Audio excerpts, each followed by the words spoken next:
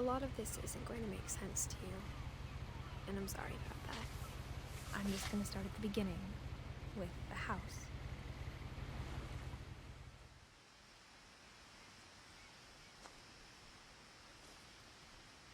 Someone had put up a chain link fence, but it looked like I wasn't the first person to hop it.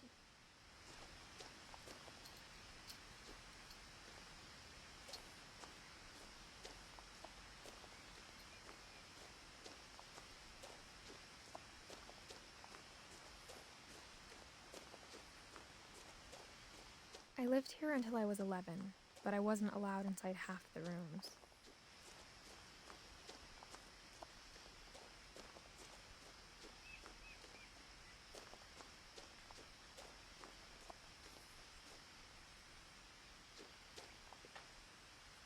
Inside the mailbox were bills from 7 years ago, marked urgent, open immediately.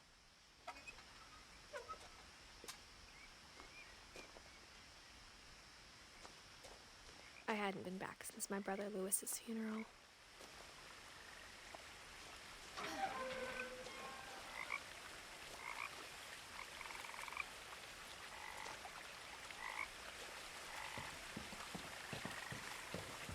In her will, my mother left me a key, but didn't tell me what it unlocked. Maybe she thought I'd know. Or she thought that the mystery would be enough to bring me back.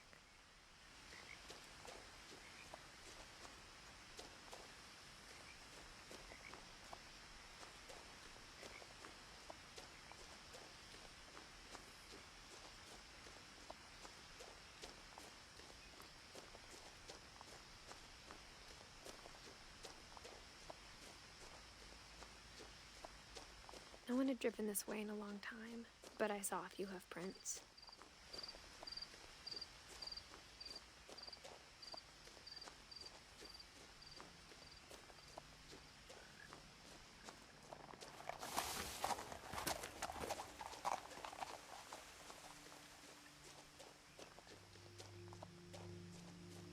The truth is, even after I inherited the house, I never thought I'd come back to it. But now I had questions about my family that only the house knew the answers to.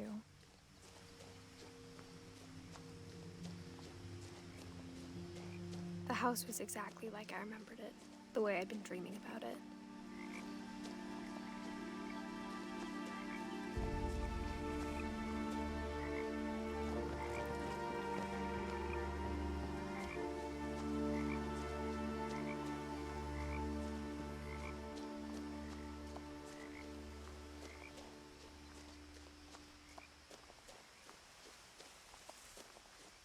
The woods around the house have always been uncomfortably silent, as if they're about to say something but never do.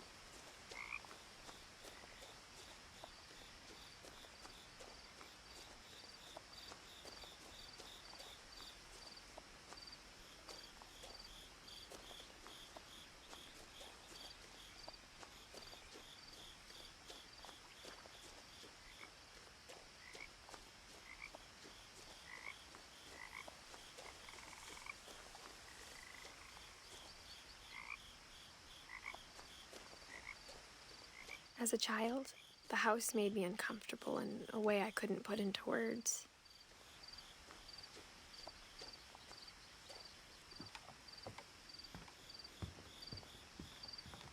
Now, as a 17-year-old, I knew exactly what those words were. I was afraid of the house.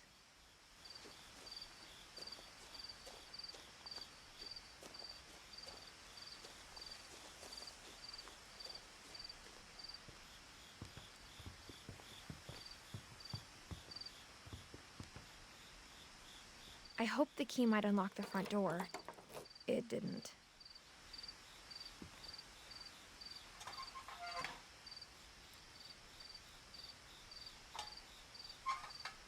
Looking in, I felt like the house itself had been waiting for me.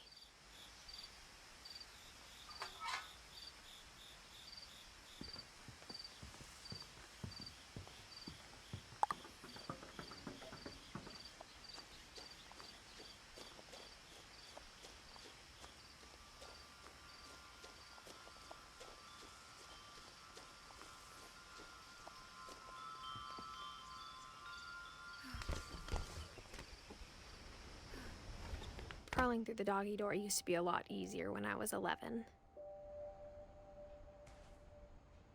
The power had been turned off the night we left.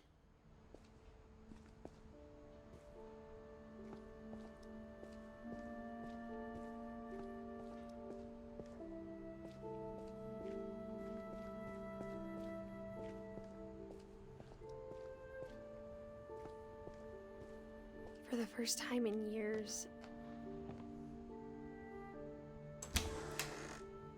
I felt like I was home. But instead of a family, there were just memories of one.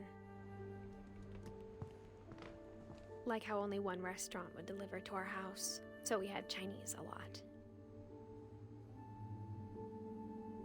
Or how after Louis started working at the cannery, we all got sick of eating salmon. Except our cat, Molly.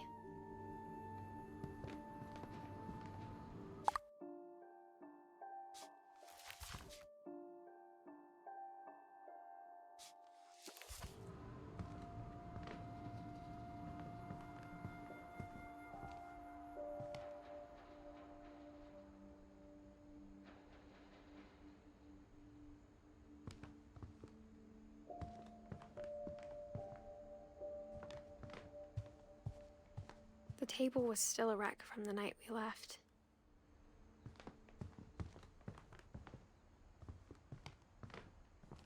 My mom was the only one of us who could imagine Great-Grandma Edie living in a nursing home. It was like a bomb had gone off, killing everyone but sparing the furniture.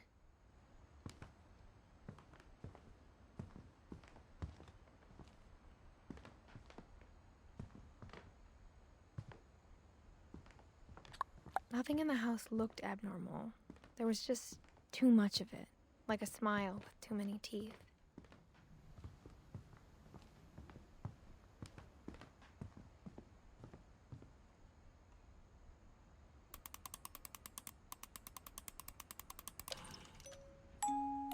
Great-Grandpa Sven built a music box for Barbara, along with the rest of the house.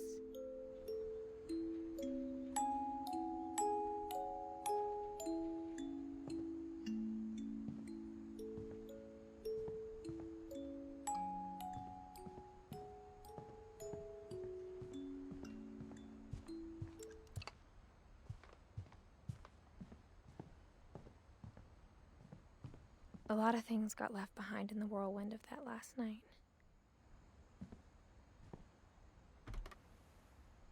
Edie told me once that every Finch who ever lived is buried somewhere in the library.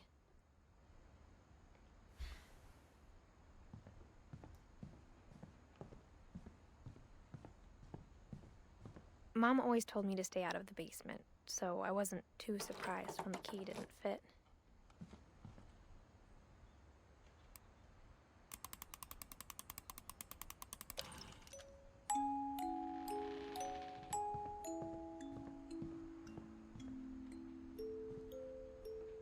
After Milton disappeared, Mom sealed up all the bedrooms. Then Edie retaliated and drilled peepholes.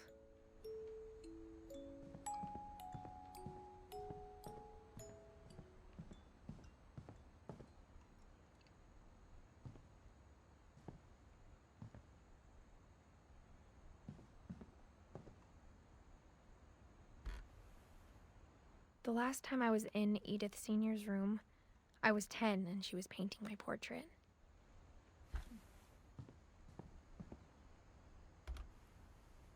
My Grandpa Sam spent 7 years sharing a room with his dead brother, Calvin.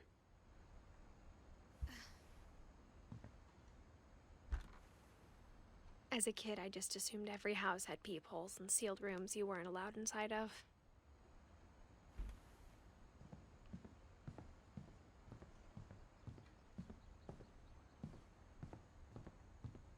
Whenever people ask me about my family, the first thing they always want to know about is Barbara.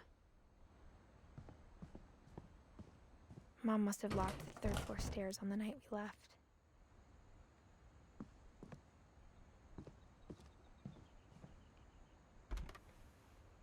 Barbara was a child star for 2 years, until America grew out of it.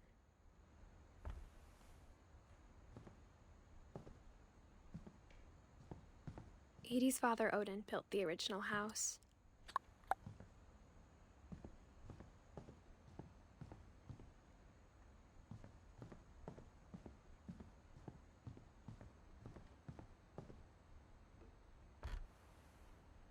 Molly always seemed like a girl I could imagine being friends with, if she hadn't died in 1947.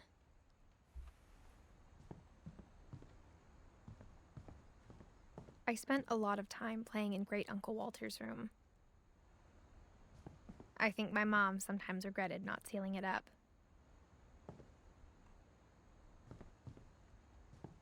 Lewis told me there were secret passages, but I never believed him.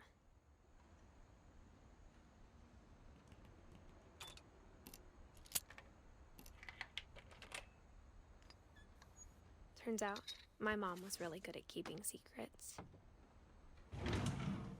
Now it was time to find out what my mom had been afraid of.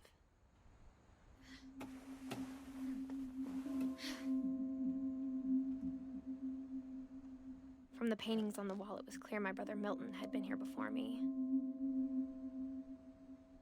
Reading this, maybe it sounds like I had a plan.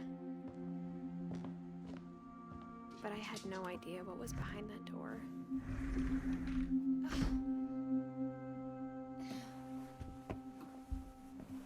Just like I had no idea where all this was gonna lead.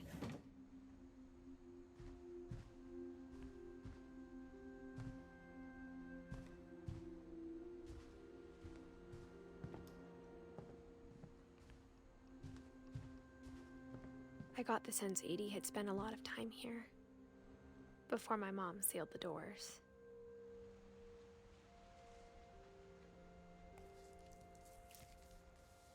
December 13th, 1947. Dear Diary, I'll be gone soon, but I wanted to tell somebody about what's gonna happen. It started when Mom sent me to bed without dinner. I woke up and I was starving, so I looked around for something to eat. My Halloween candy was all gone. The gerbil food was dry, but I didn't mind it.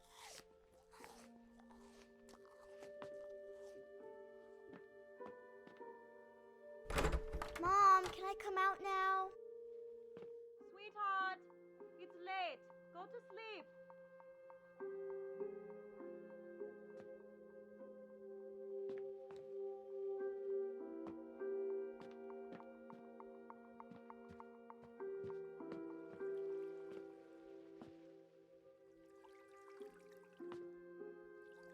I thought about eating Christopher, but I held back.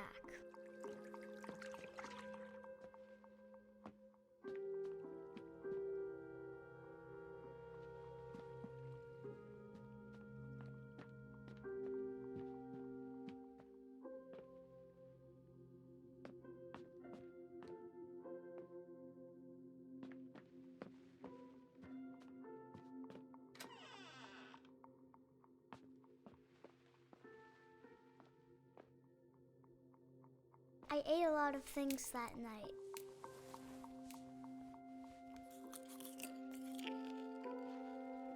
I kept eating and eating.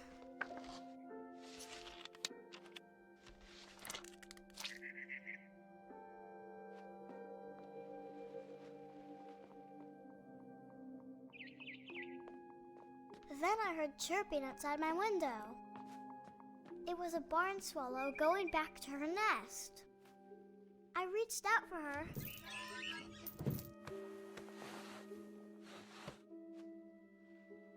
And suddenly, I was a cat.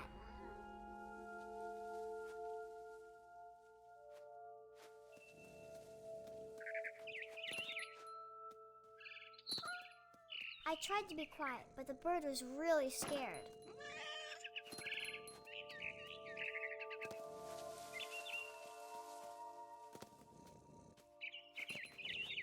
Mom and Dad didn't even look at me.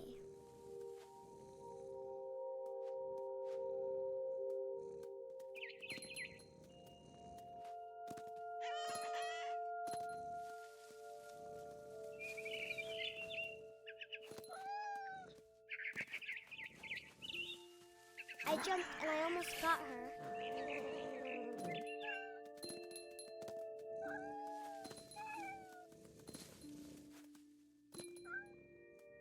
I could tell she was getting really tired. Now I was up in the big tree. I promised Dad I wouldn't climb it anymore. All I cared about was eating that mama bird. I gobbled her up. And suddenly, I was an owl. First, all I heard was the wind. Then I heard little teeth nibbling in the grass.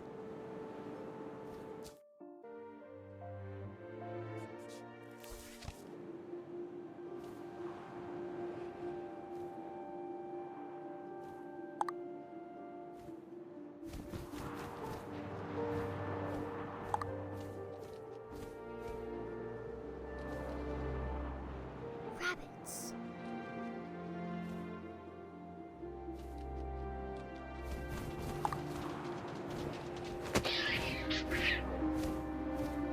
I imagined his face looking up and seeing mine through my talons. I swallowed him up, and I didn't chew one bit. Then I flew off to find something bigger.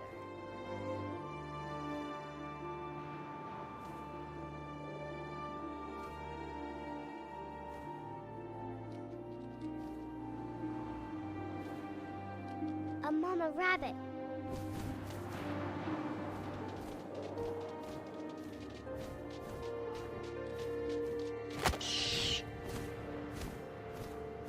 She was almost too big to carry. I started choking, but I couldn't stop eating. And suddenly, I was a shark.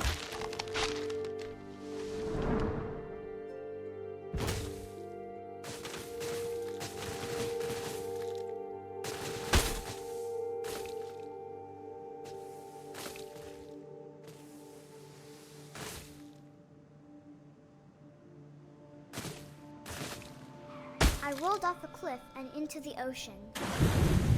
Now, I was hungrier than ever.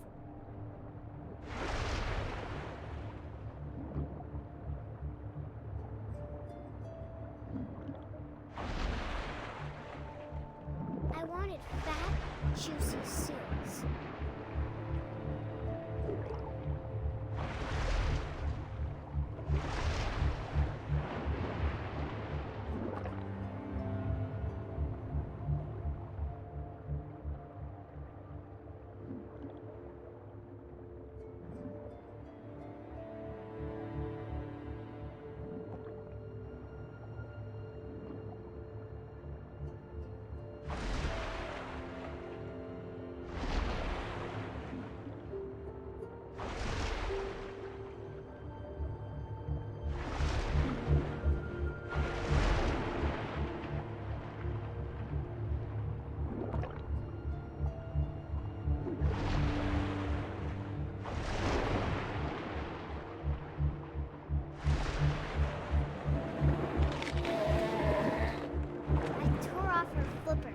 Tasted really good.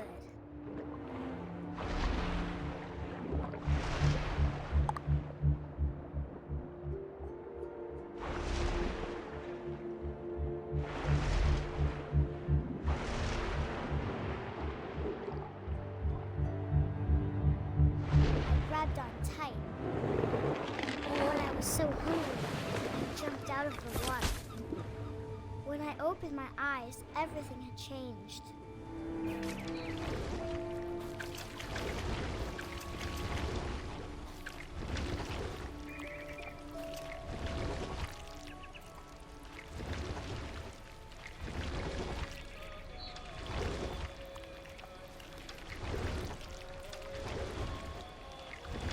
Now I was a monster, and I smelled people everywhere.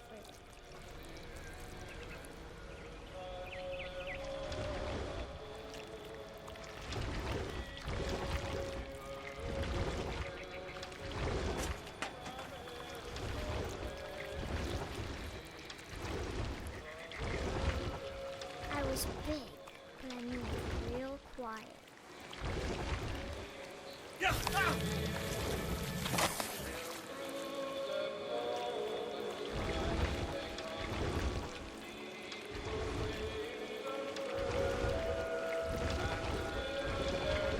I wanted to stop, but also I didn't.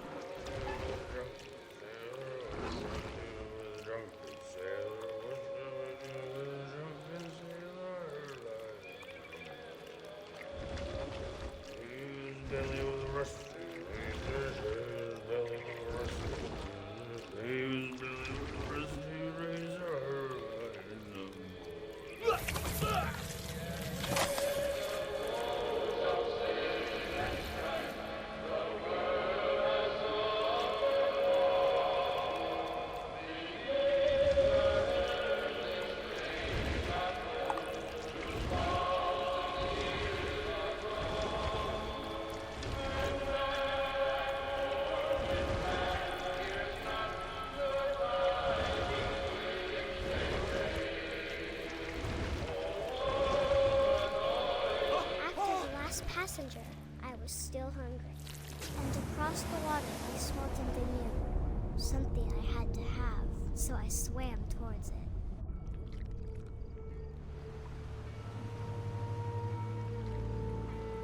I slithered onto the sand, and the good smell went into an old pipe.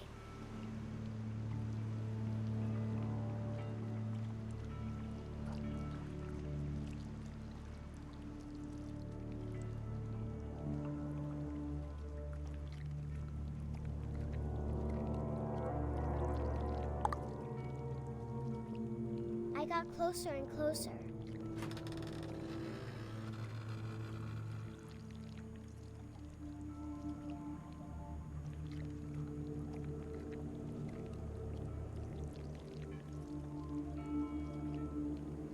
All my stomach started growling. And suddenly, I was me again. I held my breath for a long time, but I couldn't hear anything. I think it's waiting for me to fall asleep. But it's not going to wait much longer. It needs to feed, and we both know I will be delicious.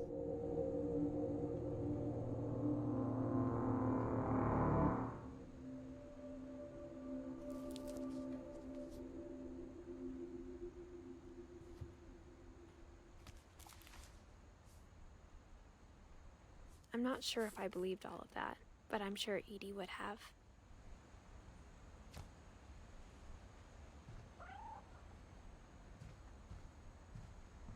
I can't describe it, but I felt like some part of Molly was still here. I grew up looking at Molly's room through the peephole. Molly's gerbil had a tiny bedroom with its own even tinier gerbil cage.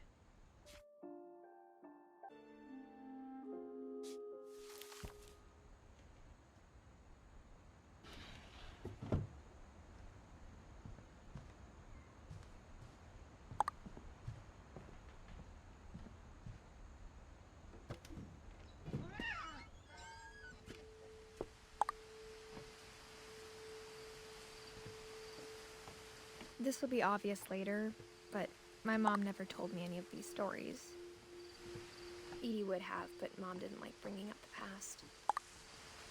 Though, when we adopted a stray kitten, she was the one who named it Molly.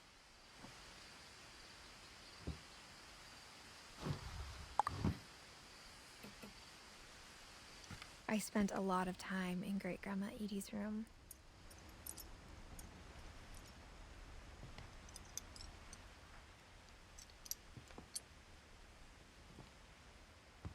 We got along, and it was a good place to hide from my mom.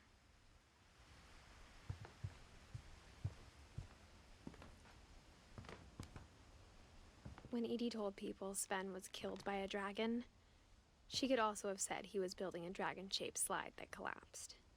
She could have, but she didn't. Even in her 90s, sometimes Edie seemed a lot younger than my mother.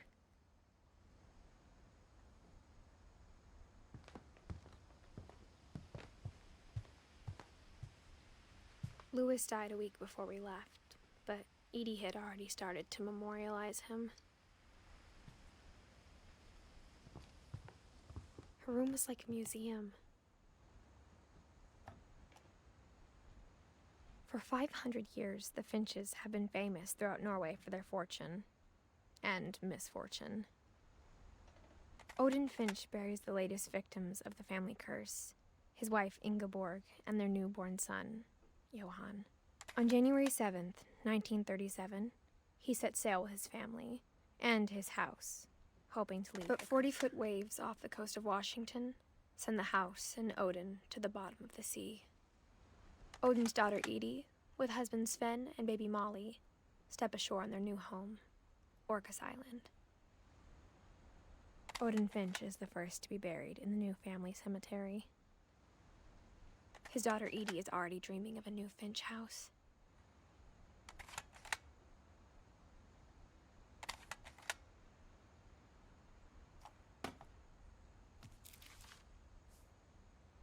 Whatever's wrong with this family, it goes back a long ways.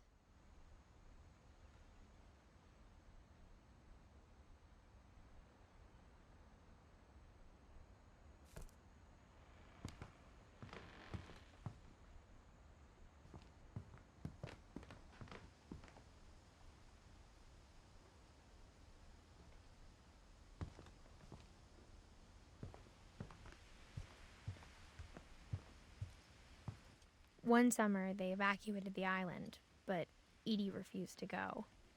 For a few weeks, she was a celebrity.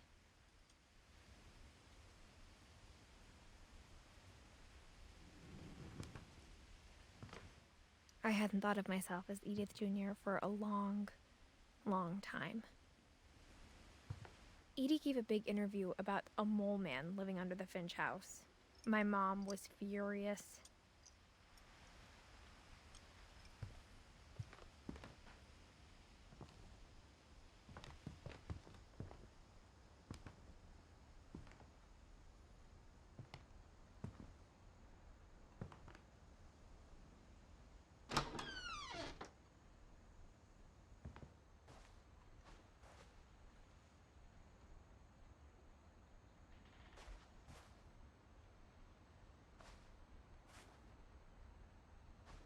The only trace Grandpa Sam's first wife, Kay, left on the house was the pink bathroom. It was a pretty big trace.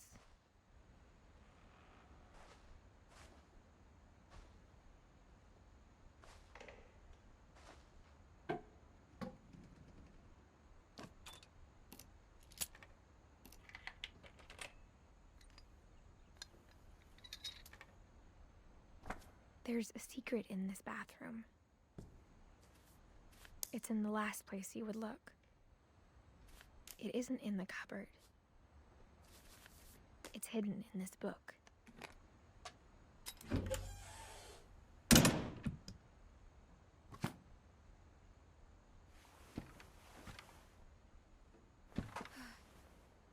Sven gave Sam an old camera he'd refurbished.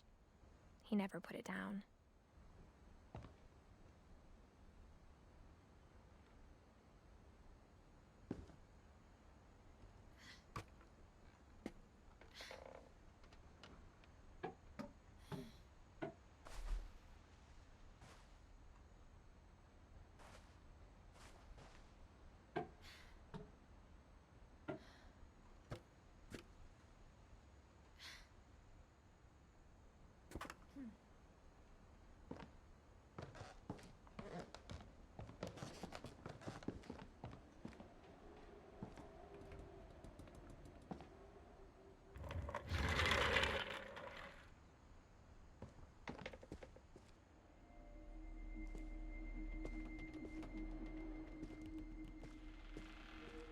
I knew Grandpa Sam had a twin, and that he never talked about him.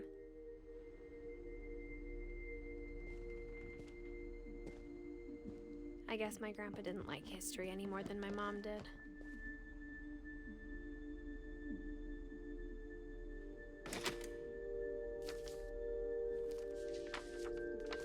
How I Want to Remember My Brother by Sam Finch. The thing I remember is that when he made up his mind, that was it. My brother said he'd die before he ate another mushroom, and he did.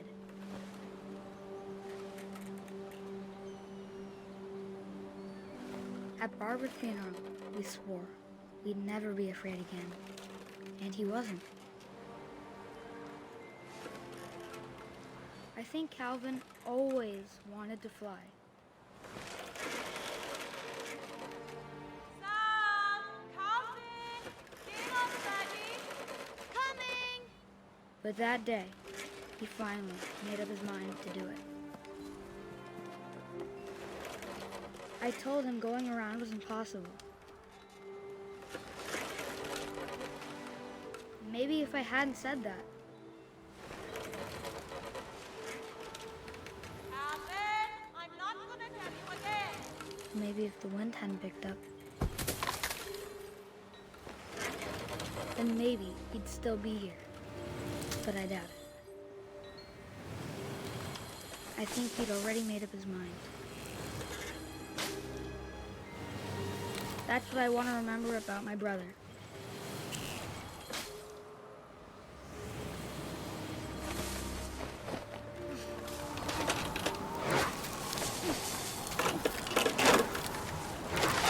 The day he made up his mind to fly. And he did.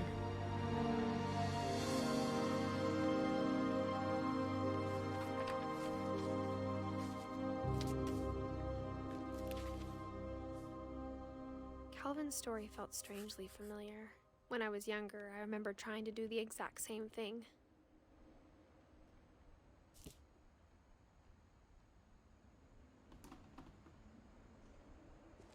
After the funeral, Edie roped off Calvin's half of the room.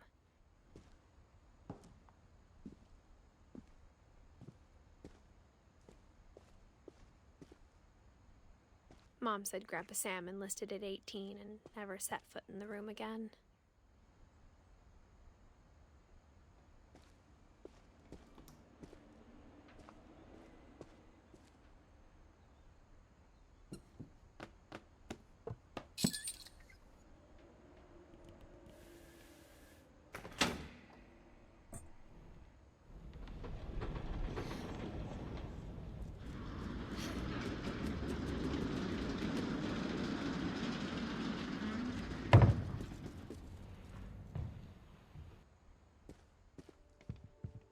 The passages were a pretty tight fit. They'd obviously been built for smaller hands and bellies.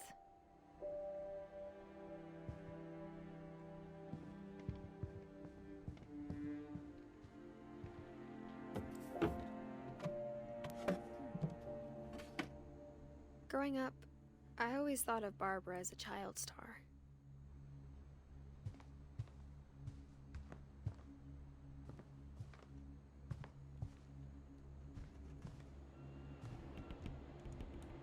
I never thought about how hard it must have been for her afterwards.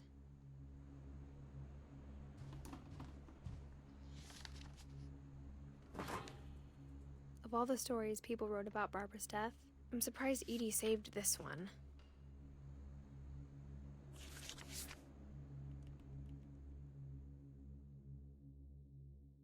Old Jack here with another ghastly tale inspired by America's most unfortunate family. I'm calling it The Surprise Ending of Barbara Finch. As a child star, Barbara was famous for her scream. Now at 16, she was all washed up.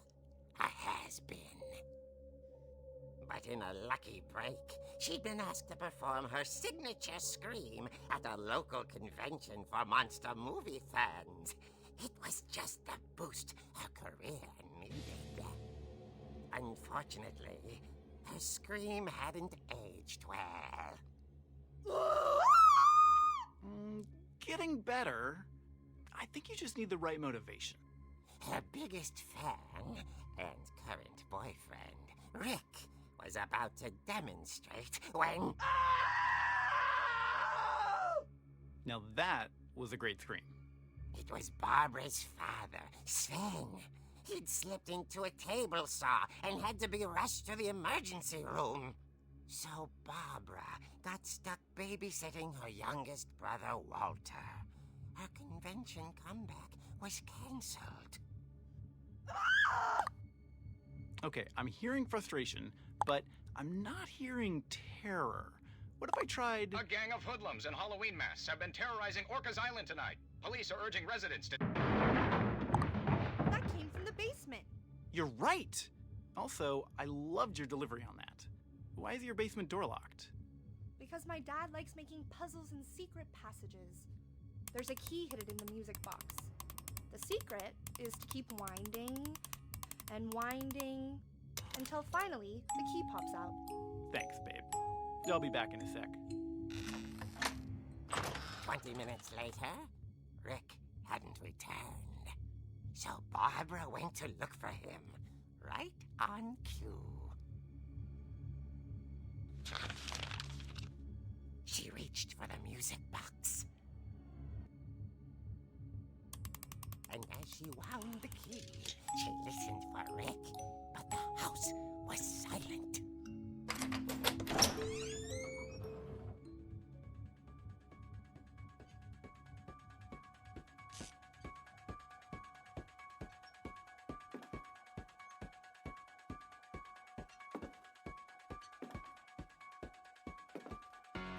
She found Rick's crutch and imagined the worst.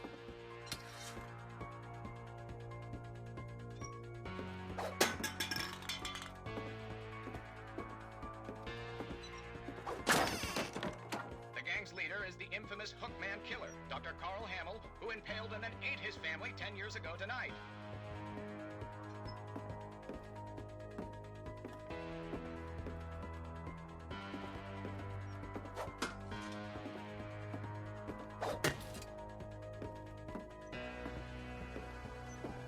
The old fridge rattled and grew still.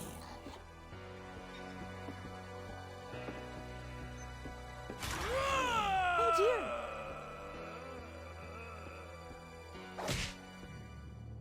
Oh! Rick? Barb, relax. I was just trying to scare you to help you find your scream. Well, I'm not scared, Rick. I'm furious. Then act furious. All I'm getting from you now is that you're hurt and confused and you're... She threw him out, but she kept a little something to remember him by. Barb, have you seen my other crutch? And she was still holding it when she fell asleep watching the late picture show.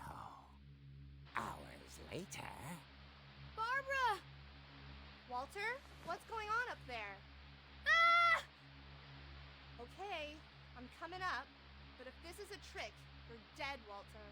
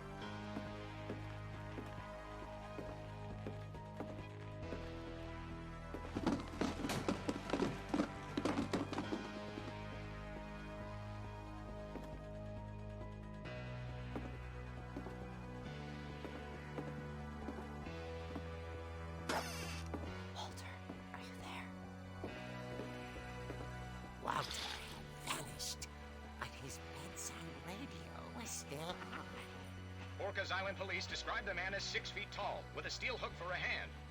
Residents are urged to lock all doors and windows and notify the police of any suspicious activity. Barbara turned, saw the hook man, and was speechless. He was quite smashing. And here he was. He couldn't get enough of Barbara. Okay, Barbara, there's gotta be another way out of here.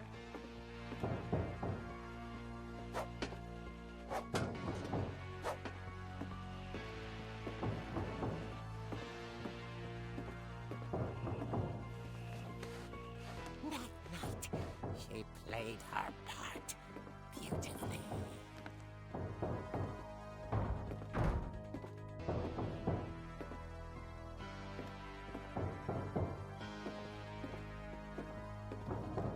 She thought about abandoning Walter, but just couldn't do it. Molly's door hadn't been opened in years. The hinges groaned.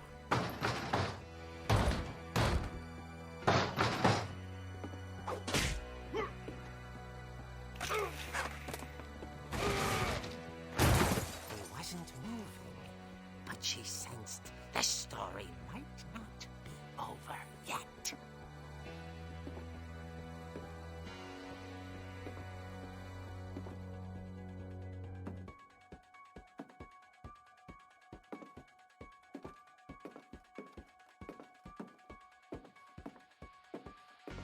The hookman had vanished.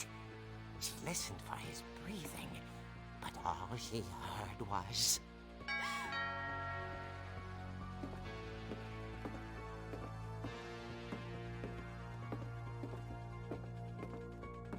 At the door, she heard whispering.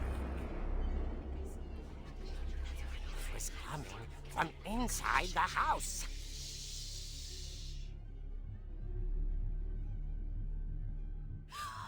Oh dear.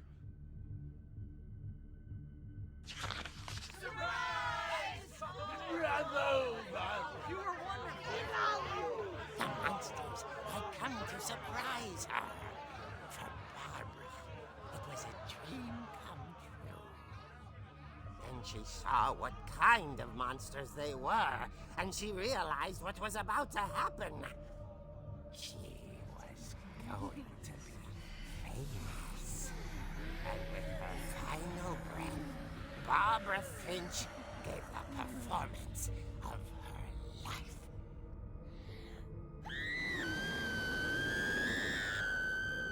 I wasn't there myself, but I hear Barbara was magnificent. Poor girl. She had a taste for stardom. But unfortunately, so did her fans. Of course, the police blamed it all on poor Rick, who disappeared the same night. And little Walter? Hiding under his bed the whole time. He took it all pretty hard, but that's another story. As for Barbara, tucked inside the music box is all they ever found of her. Her ear. Now that's what I call a real eerie tale.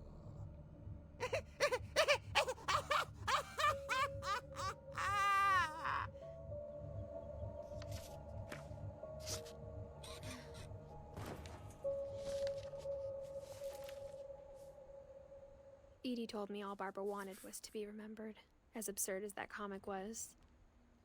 Maybe what Edie saw was a happy ending.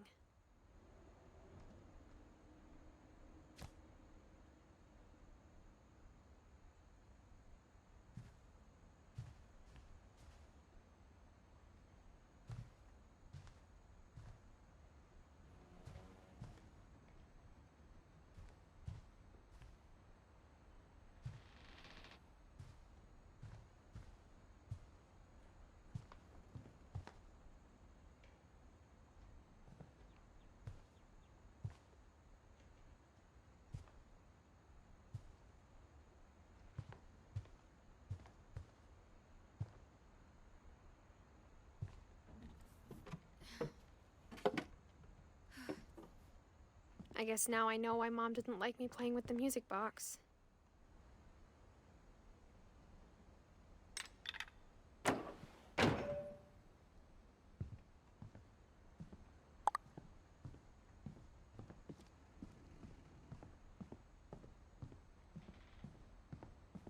It's funny. All those times I played with the music box and never found the basement key.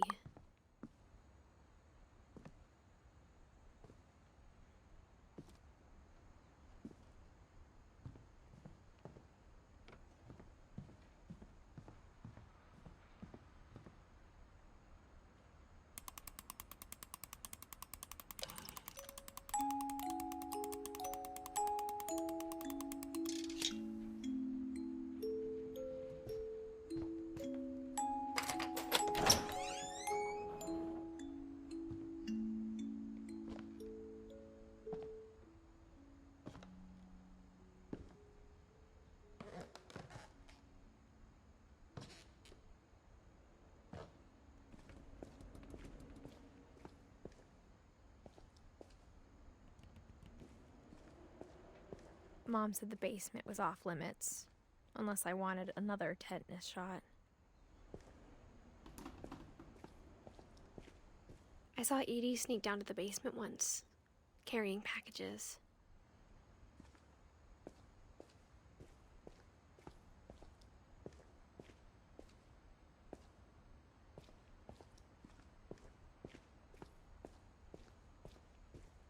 I thought maybe she was hiding presents.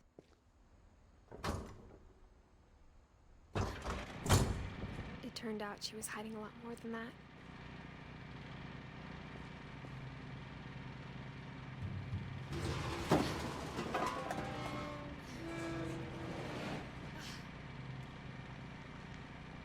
I remember asking Mom once about where Walter had gone. She said after Barbara died, he got as far away as he could. If there's a pattern in all these stories, I think it's that none of us has gotten very far.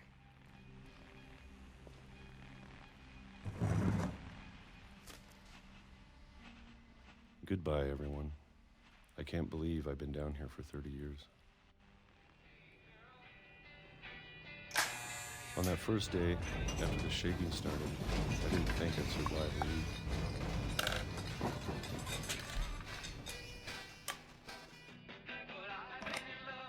But after a few days, I settled into a routine. That's what kept me sane. Having a schedule, living for today. I always expected to be dead tomorrow. But if you wait long enough, you get used to anything.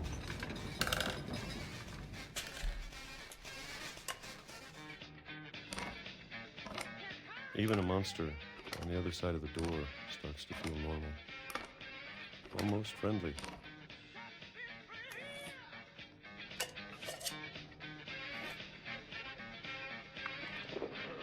And then one day, everything just stopped.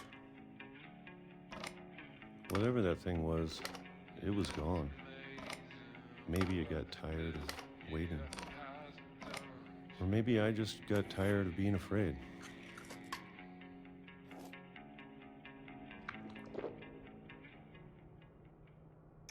It's been a week now, the longest in 30 years. I'm done waiting. I have to leave. Well, I still can.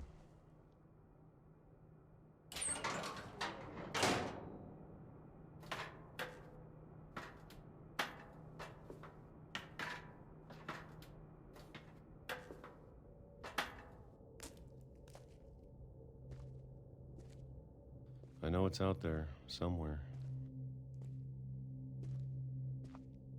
Whatever killed Barbara and Molly and Calvin.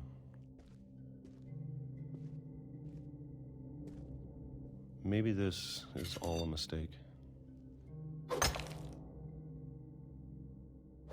But I need to stop living the same day, even if it kills me.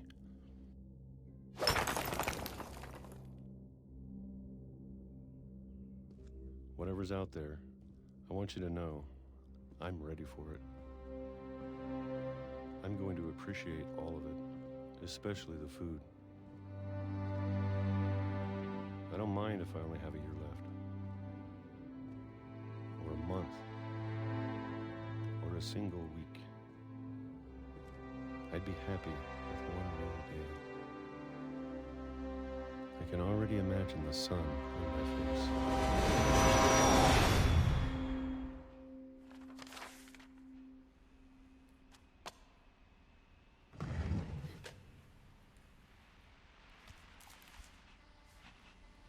Walter died when I was 6. I can't believe my mom never told me he was down here.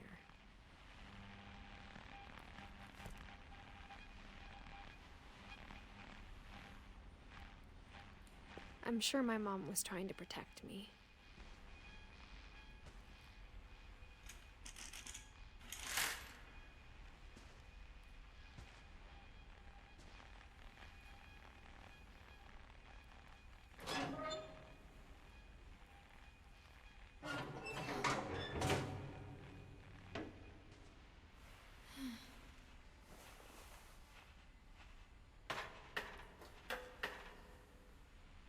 Maybe she was afraid I'd end up like Walter.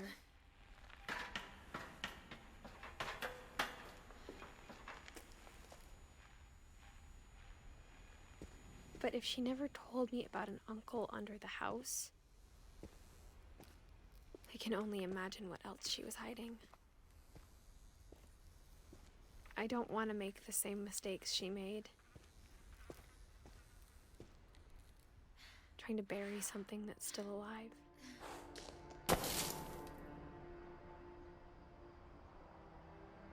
Now that there's only one of us left, or maybe 2,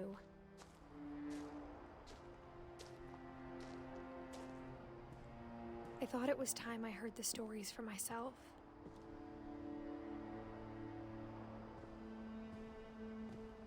And found out what happened to everyone else. But now I'm worried the stories themselves might be the problem. Maybe we believed so much in a family curse, we made it real.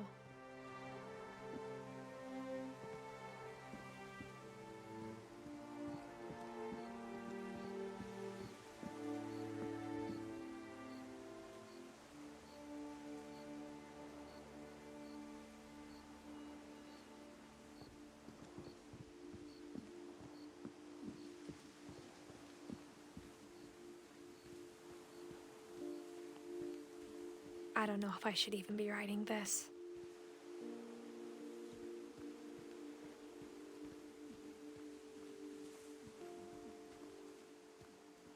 Maybe it'd be better if all this just died with me.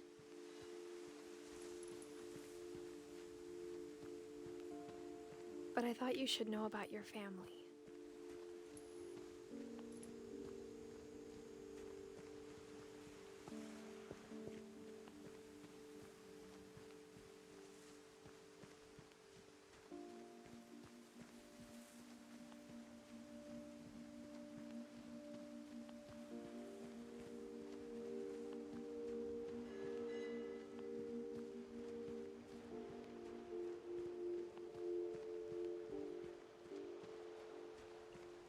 Though to be honest, I feel as lost as you probably do right now.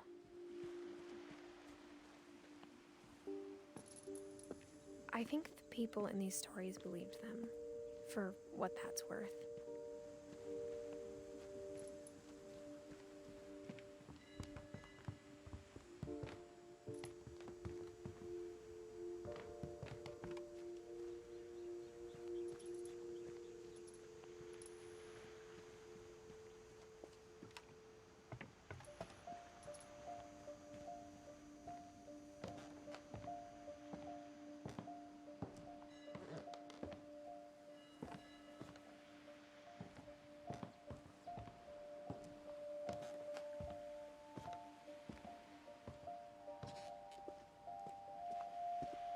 And when you look at the house, that history of imagination and stubbornness and madness, any of it seems possible.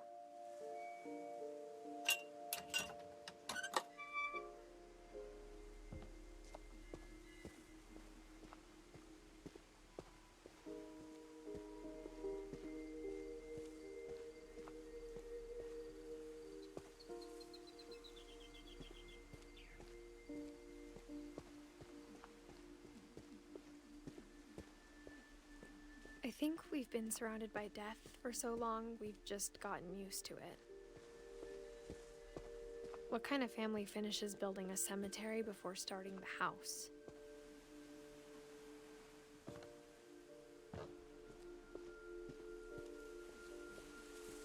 It's embarrassing for me to admit this, but the pet cemetery made me more uncomfortable than the human one. 3 of the gerbils are mine, and 2 had been my fault.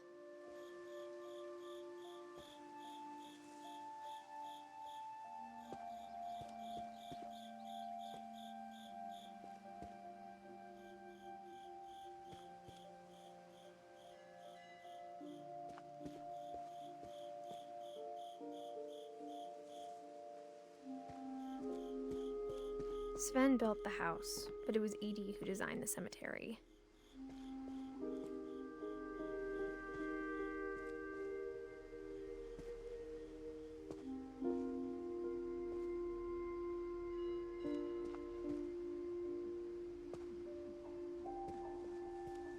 I'm sure Odin's monument had been Edie's idea. My mom was always trying to move on, but for Edie, the past never went away.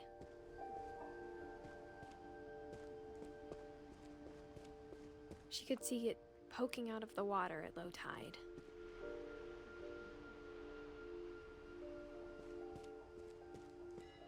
Edie's side was always easier for me to understand.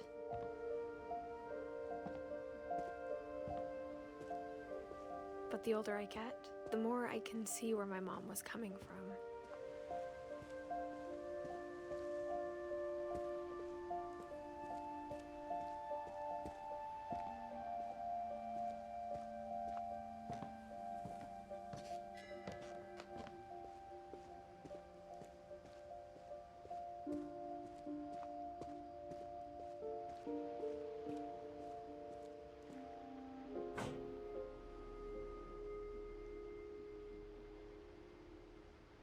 Edie said she dreamed about the old house every night.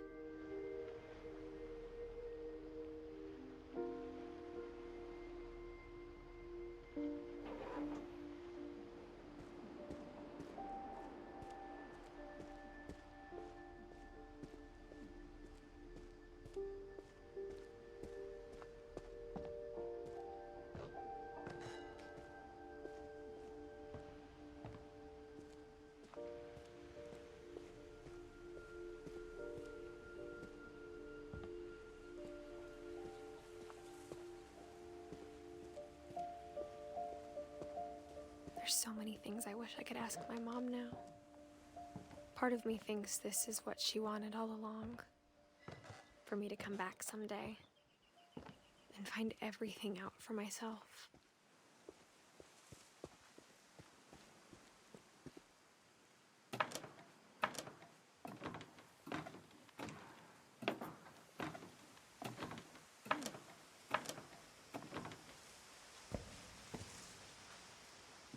But looking back on it now, if she told me there was going to be so much climbing, I never would have come when I was 22 weeks pregnant.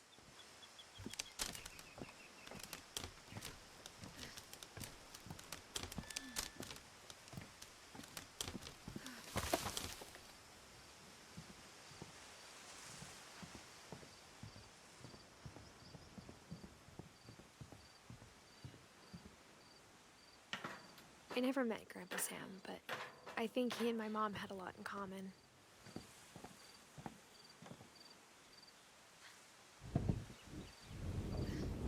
They were both pretty intense.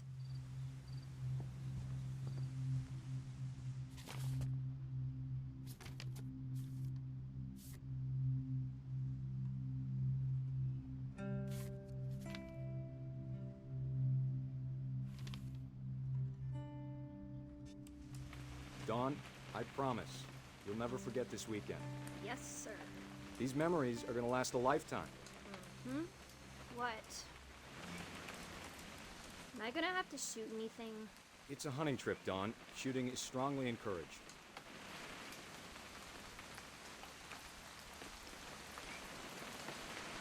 It's too early, Dad. Perfect. It's gonna rain the whole weekend, isn't it? Please just take the damn picture. Hey, language.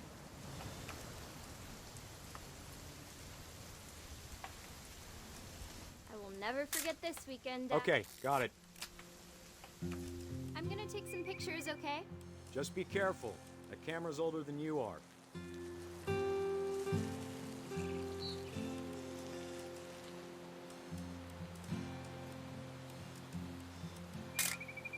Aw.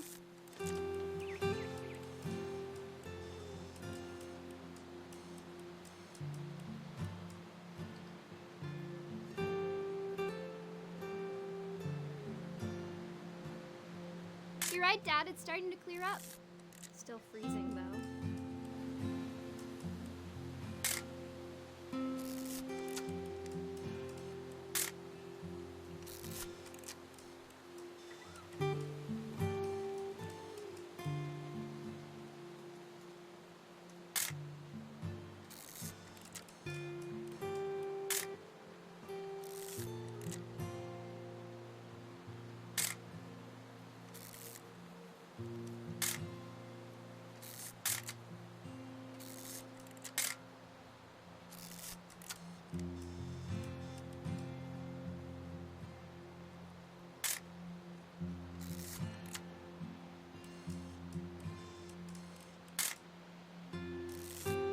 Definitely should not have drunk all that coffee.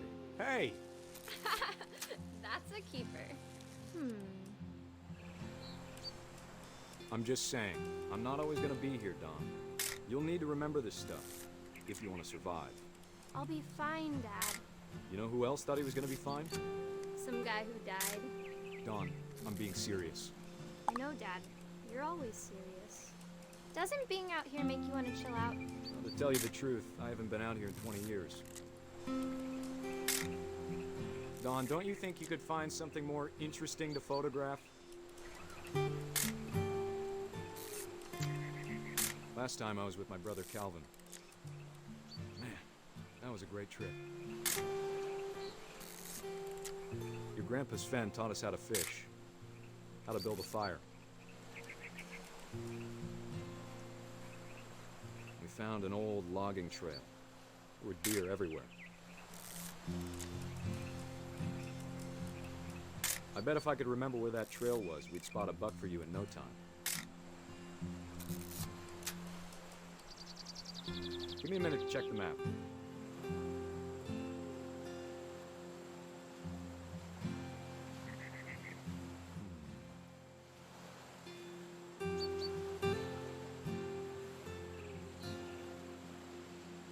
Let's see.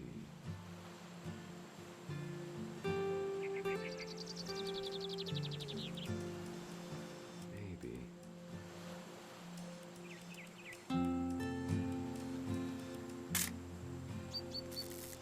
Was it?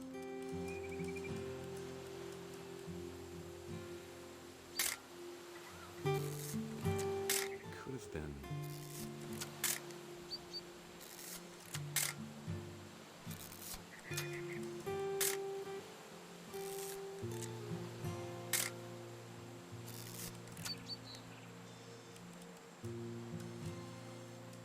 Dad! Good eyes, Dawn. Before you take the shot, let me get a picture of it.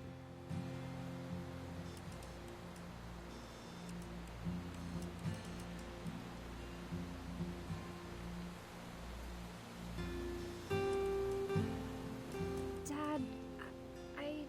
Just breathe. Turn off your imagination. Focus on your target. Let me get behind you. Do I have to do this? Dawn, you don't have to do anything. But if you want want to survive, you'll need to be strong. Now keep yourself squared up, elbows down, like we practiced. Whenever you're ready. Great shot, Don!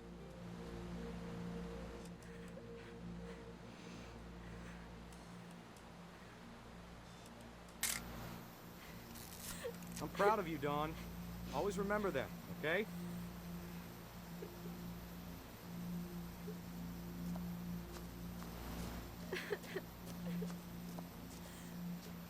Sorry, Dawn. Just gotta reset the timer.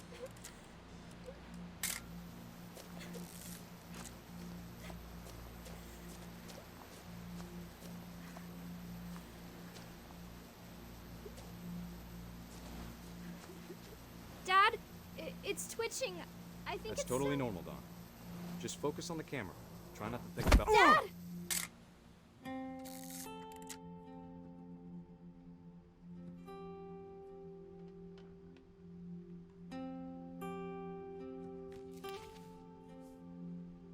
Of all these stories, that's the one I wish most that my mom had told me.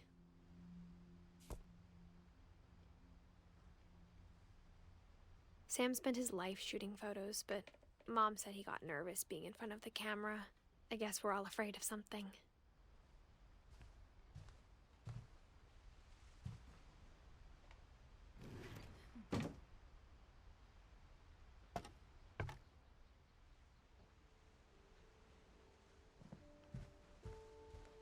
Instead of hiding from death, Sam seemed to go out of his way to meet it.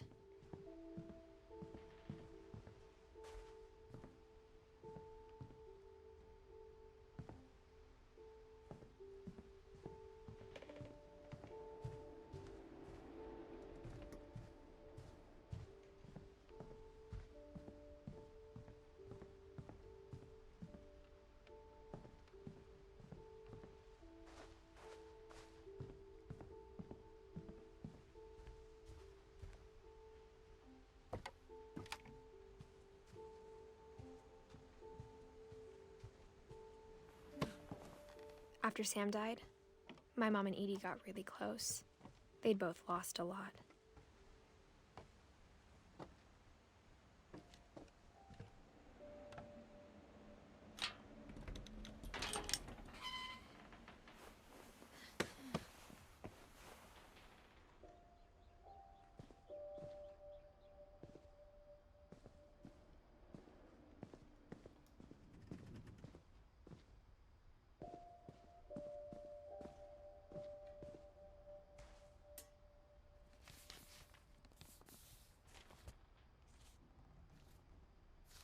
Dear Kay, do you remember the way Gregory used to laugh when he thought he was alone?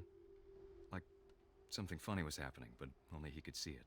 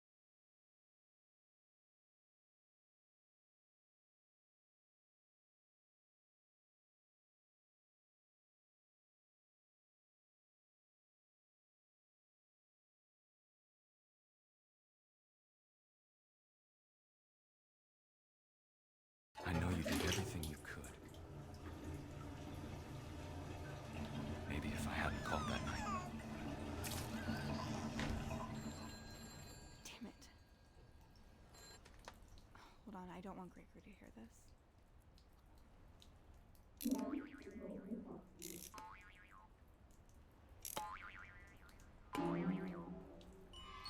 I wish she could have told us.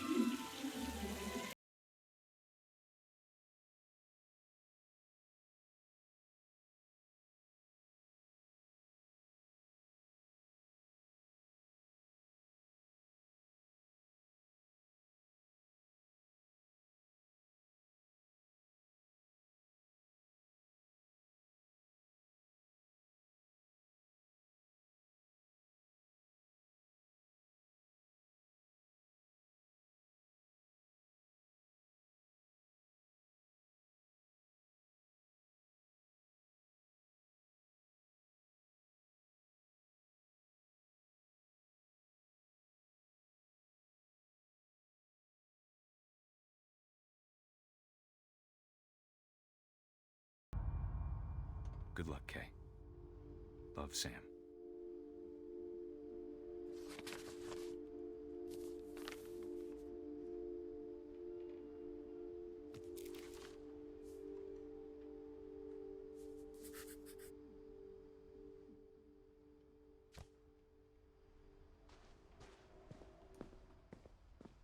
I can't imagine my mom ever writing poetry, and yet... A poem for Gus, who always said the wedding was a bad idea. Our father never hit us kids, at least not very hard, before the day my brother said with teenage disregard that he'd be dead before he'd see a wedding in our yard.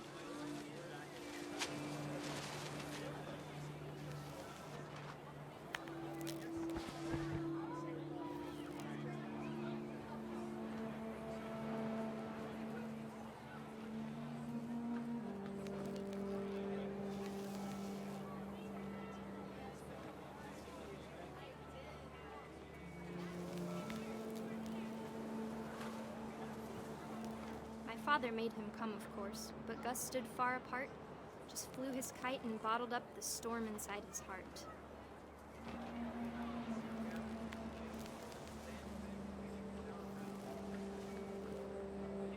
I tried to talk him out of it, but though he'd never met her, we don't need a stepmom were the words that I now remembered. pronounce you husband and wife to make him scribe.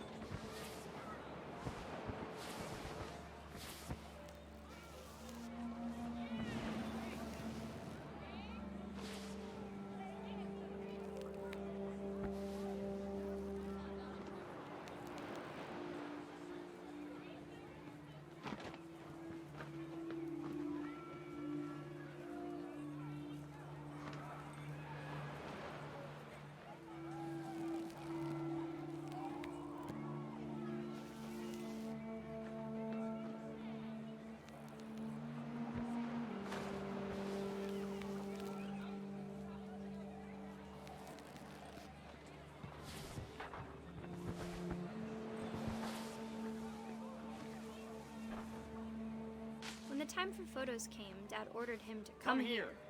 But Gus declined, and as a sign held up his middle finger.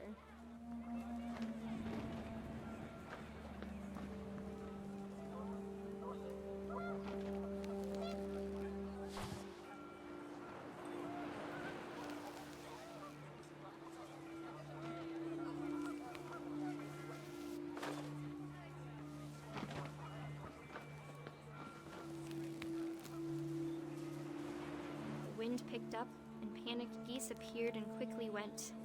But all the humans did that day was go inside the tent.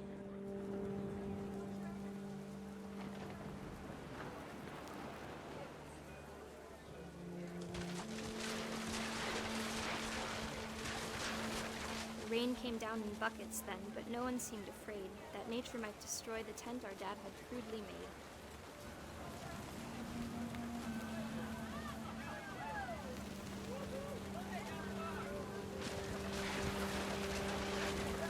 thunder sounded much too close and full of angry power. But all my father said to this was, "Make the music louder."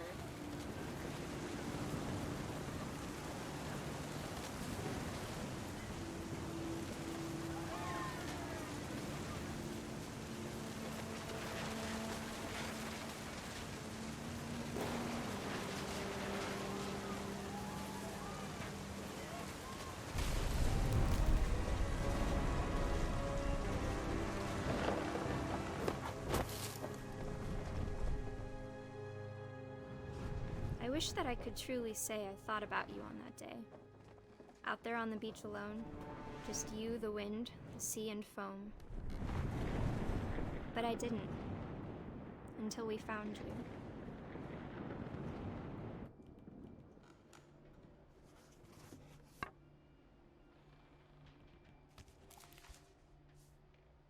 She never talked about him, but Mom told me once if I was a boy, they were going to name me Gus.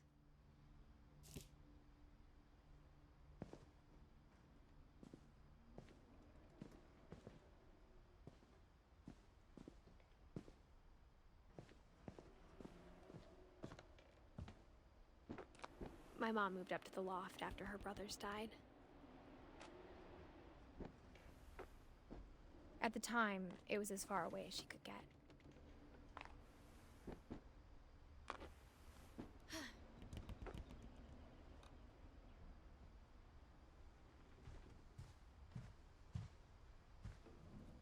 My mom moved to India a week after graduation and got a job teaching English. She spent a summer building houses in Calcutta, where she met my dad, Sanjay. Religion was another thing my mom never talked about, but I think it helped her a lot after her dad died.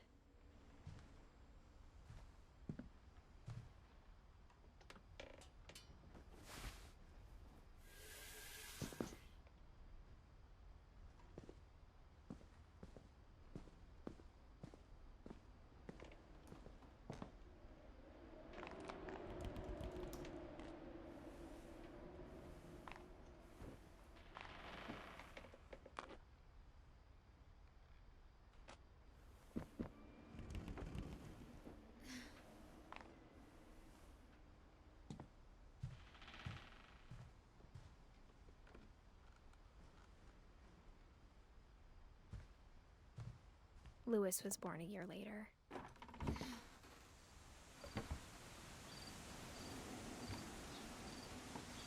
When my dad died, I don't think Mom knew where else to go. I'm sure Edie was happy to have her back. And to see kids in the house again.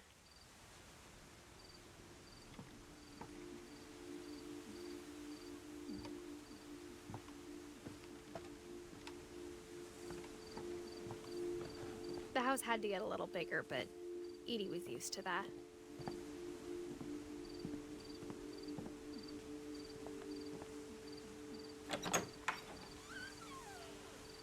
And for a while, things were good. Almost normal.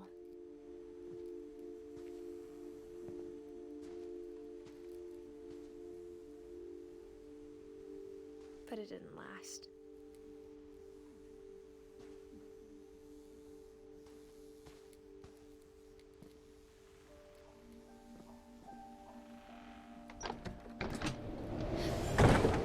The beginning of the end was Milton's 10th birthday, when Edie gave him a castle.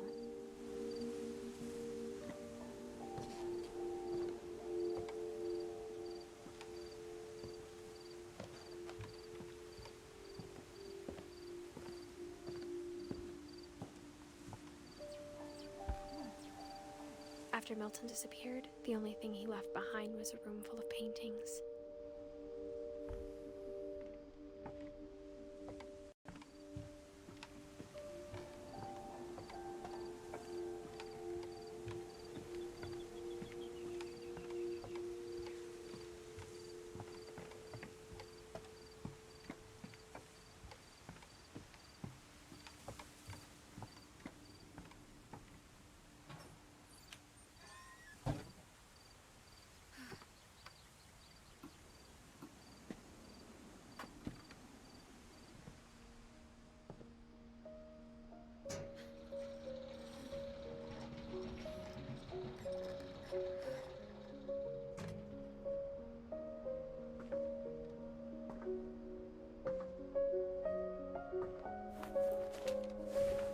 Milton Finch in The Magic Paintbrush.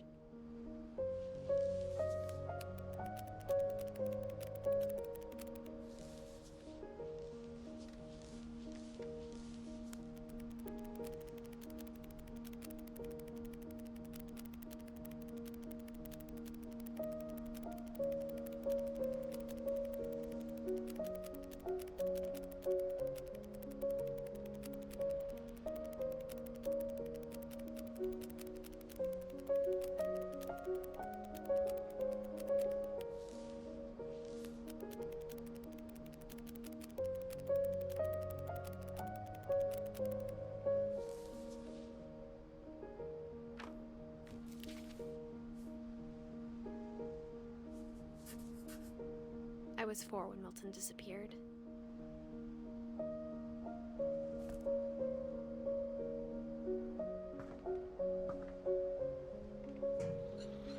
Mom spent months searching for my brother.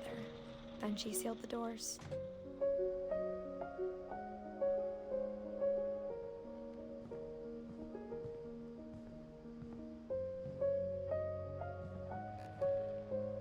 Whatever Milton had found in the house, Mom didn't want it getting out.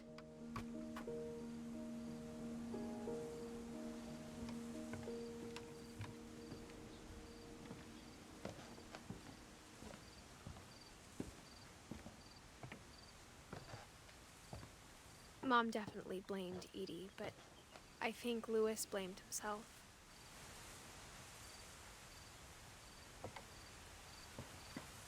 After he graduated, he just spent more and more time in his room, until Mom got him a job at the cannery.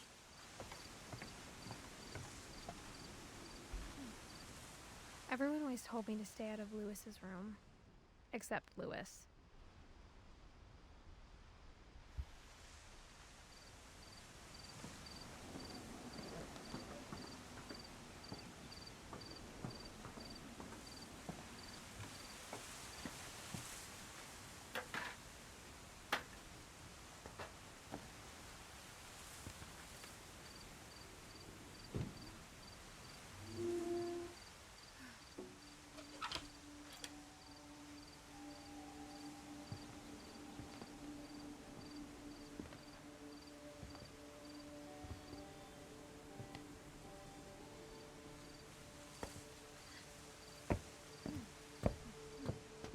Louis's room smelled very, very familiar. That part of him lived on.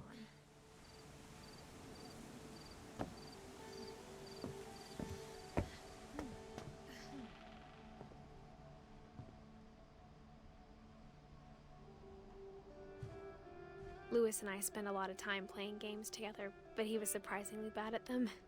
He died a lot.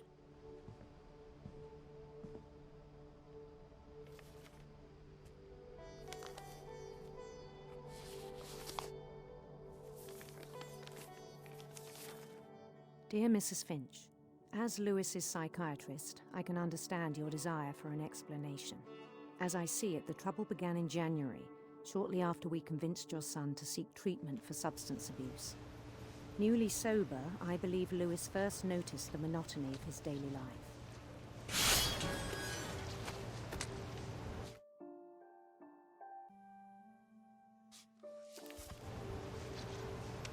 He kept working at the cannery. But he withdrew part of himself. In our sessions, I saw the same behavior. His mind began to wander. I asked him to describe it. He said he started small, imagining a labyrinth. He'd feel his way about. Then something moved. Bats. And toads.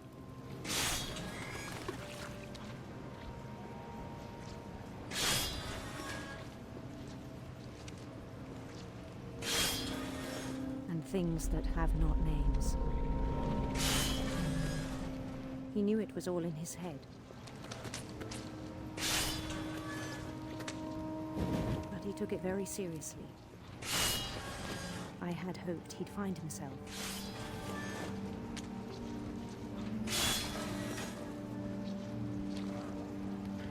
But he found something more.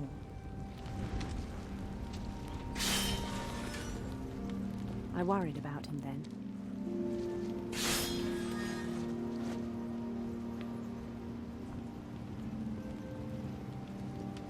Daydreaming at the cannery, I spoke with his boss. But he said Lewis had become a model employee. Methodical, tireless, focused. Like a whole new Lewis. So I let him go on.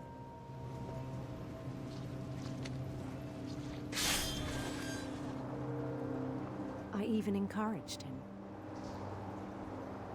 It seemed very promising at first. He told me he'd made a new friend.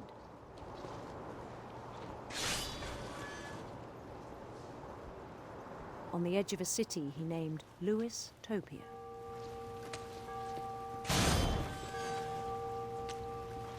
He built the city up slowly, brick by brick. Then he made musicians.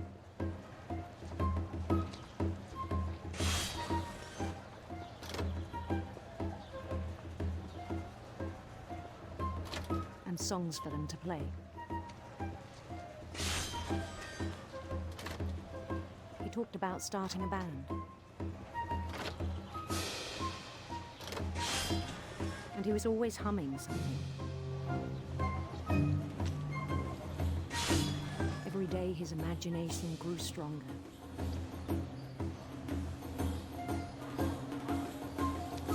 He no longer spoke at the cannery. But his chopping was as reliable as ever. Then one day it struck him that all the cheering crowds, even the stones under his feet, were all in his imagination, so he could do whatever he wished.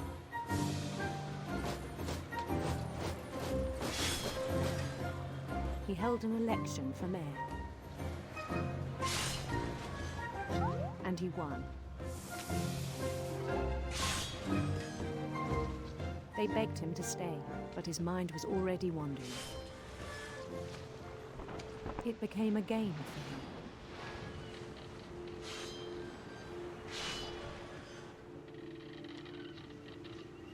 He'd conquer a city, then immediately push on. New Louisville.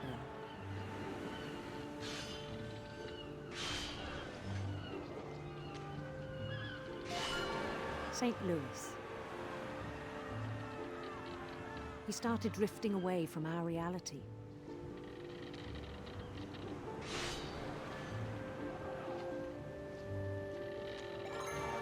Minneapolis.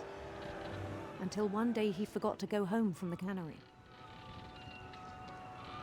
Even as his mother pleaded with him, part of Lewis kept sailing on.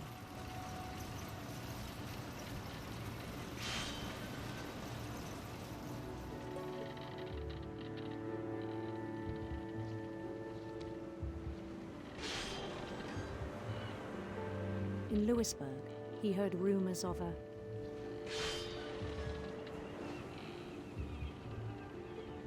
beautiful prince.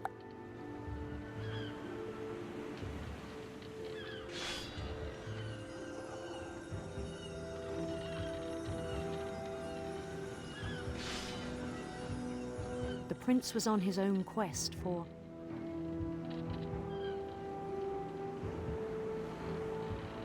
sinister serpents.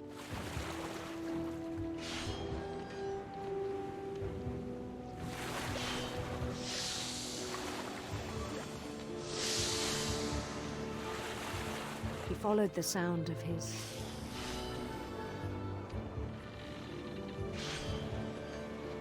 electric sitar.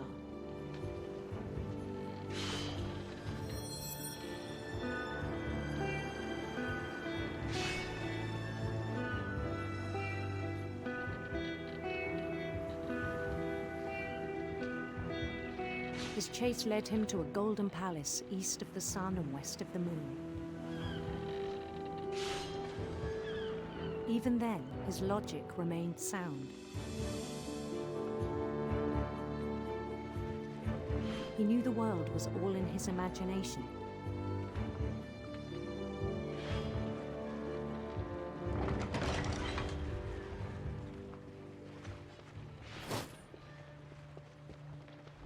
But he was so proud of having created it. In his own eyes, he'd become something greater than a king.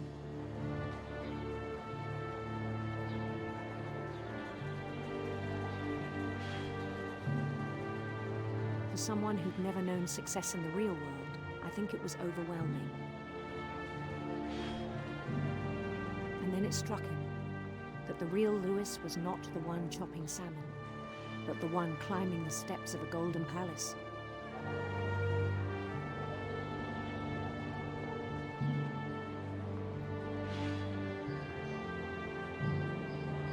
My imagination is as real as my body, he told me. It was hard to argue with him.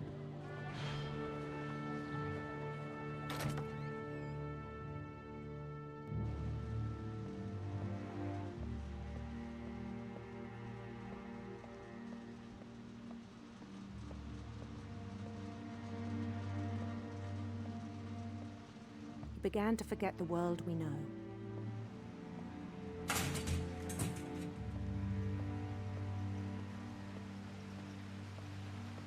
I think it pained him to remember Lewis, the cannery worker.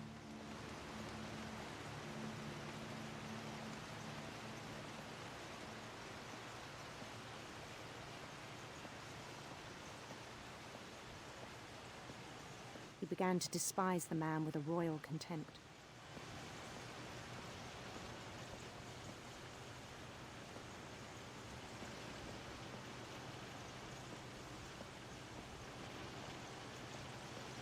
I still thought I could save him. Even after he said he was being crowned king over all the lands of wonder.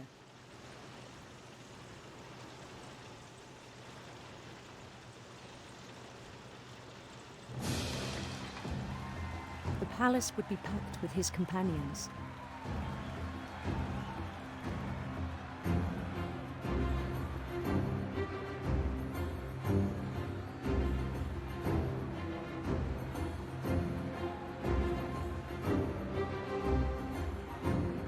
Including the wise Calico who'd insisted on advising them.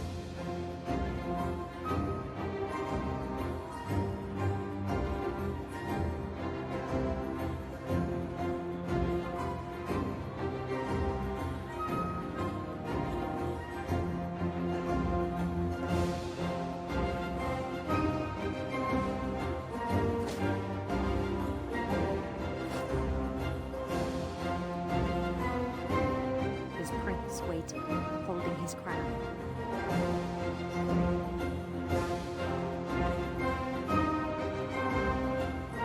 There was only one thing left to do.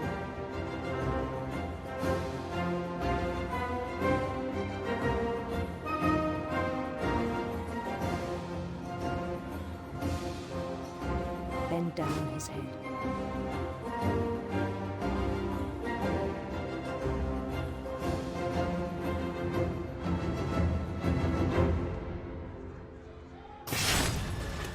I think you know. Mrs. Finch, your son was a kind man who will be missed by all of us who knew him.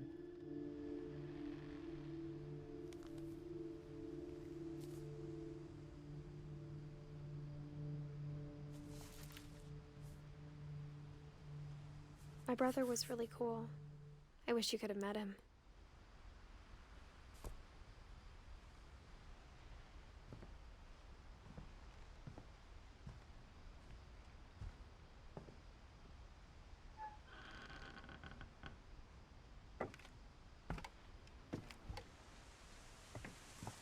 On the way back from Lewis's funeral, my mom told me to start packing.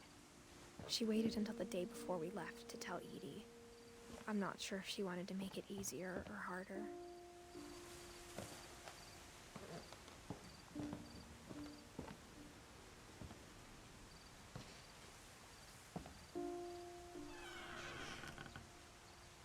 wish we'd stayed.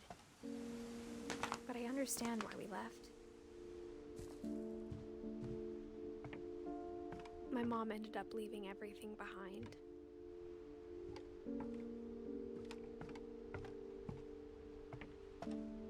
What happened that night had been coming for a long time.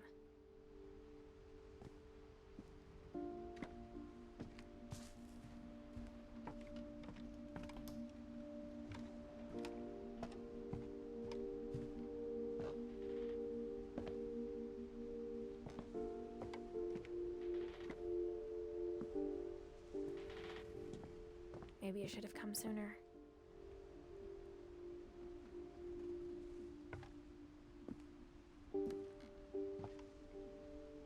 But it had to end one way or another. All that's left now is to tell you about that last night.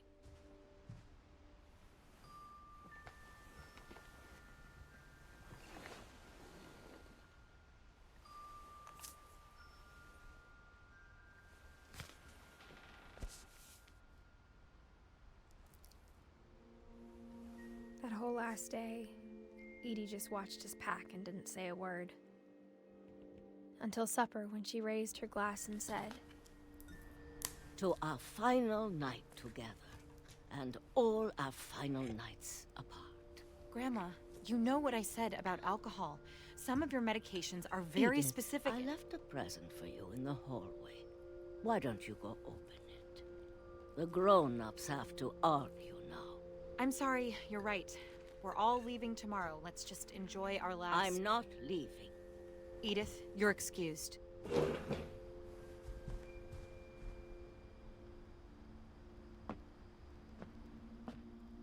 The power had been shut off that morning, but Edie always had plenty of candles. When my mom sealed the library, I don't think she knew about the other entrance, or that Edie had a key to it.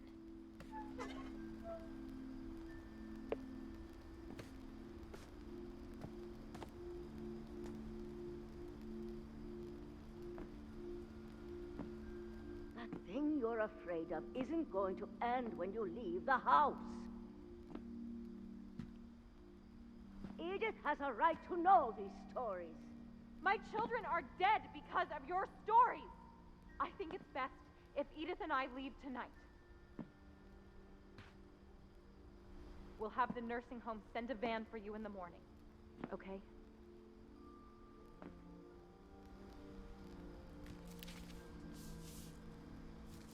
Dear Edith, there's so many stories I wish I could tell you, but there's only time for one.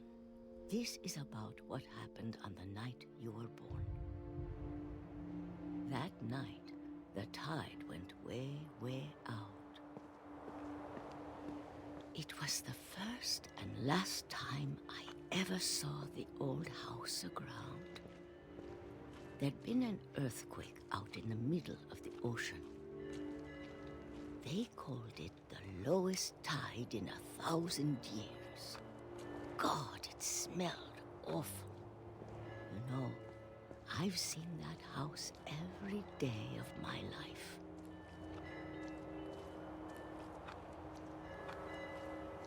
But I never thought I'd go back to it.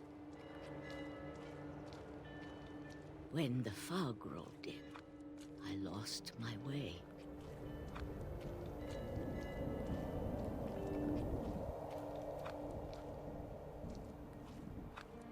I got turned around.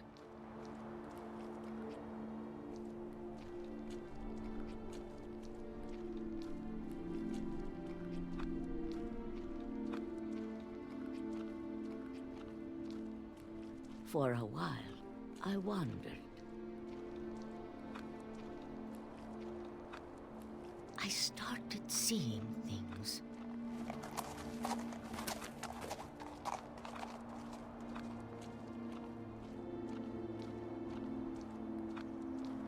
Things I'd forgotten had ever existed.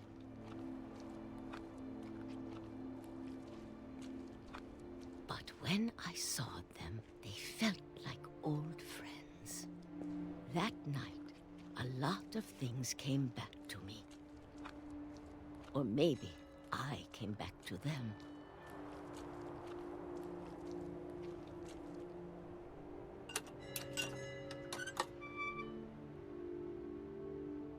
things I can't explain, but that I need you to try and... Edith, what are you doing in here? It's mine. Edith! Mom, you're gonna rip it! Let go! I kicked and screamed, but Mom dragged me to the car.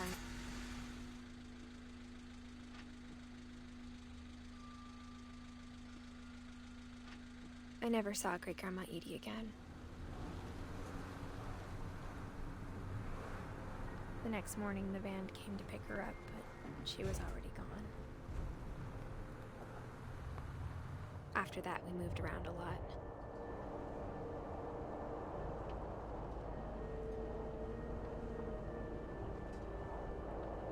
We both tried to make the best of it.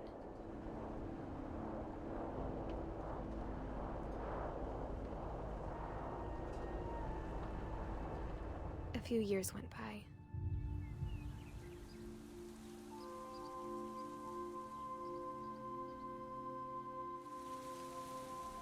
My mom didn't like to talk about it, but she started getting sick a lot.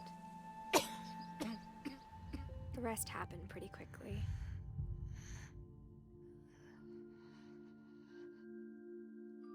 She got better for a while, and then she didn't. And then I was alone.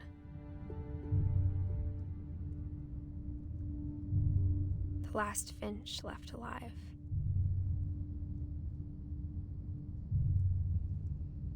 Until I found out about you. I'm still not sure what to tell you about all this. If we lived forever, maybe we'd have time to understand things. But as it is, I think the best we can do is try to open our eyes. And appreciate how strange and brief all of this is. This journal was supposed to be for you. But now I hope you'll never see it.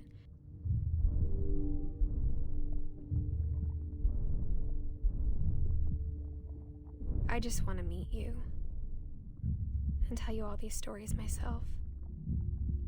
But I guess if you're reading this now, things didn't work out that way.